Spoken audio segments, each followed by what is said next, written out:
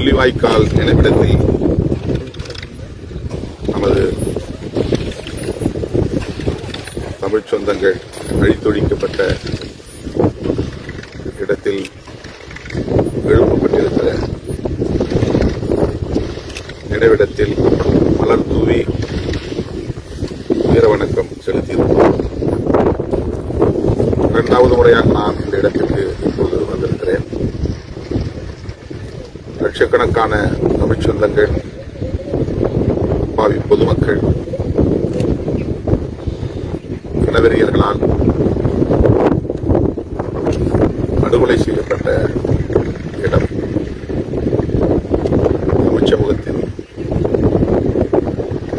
வரலாற்றில் என்றென்றும் மறக்க இயலாத கொடூரம் அரங்கேறிய இடம். நந்தி கடலோரம் ஈகம் செய்த பொதுமக்களுக்கும் போராளிகளுக்கும் விடுதலை சிறுத்தைகள் கட்சியின் சார்பில் எனது செம்மாந்த வீர வணக்கத்தை செலுத்துகிறேன். அவர்கள் கண்ட கனவு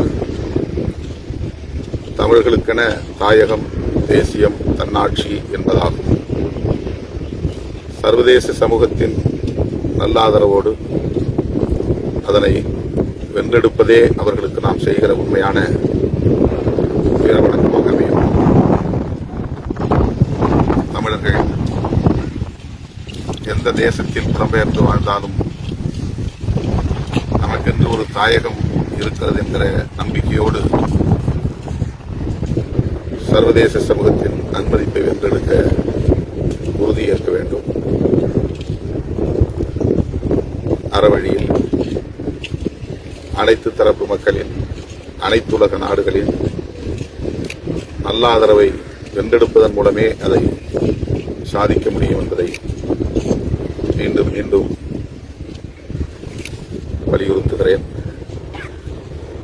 ரத்தம் தோய்ந்த நிலத்தில் நின்று இந்த மாவீரர்களுக்கு எனது செம்மாந்த வீர வணக்கத்தை செலுத்துகிறேன்.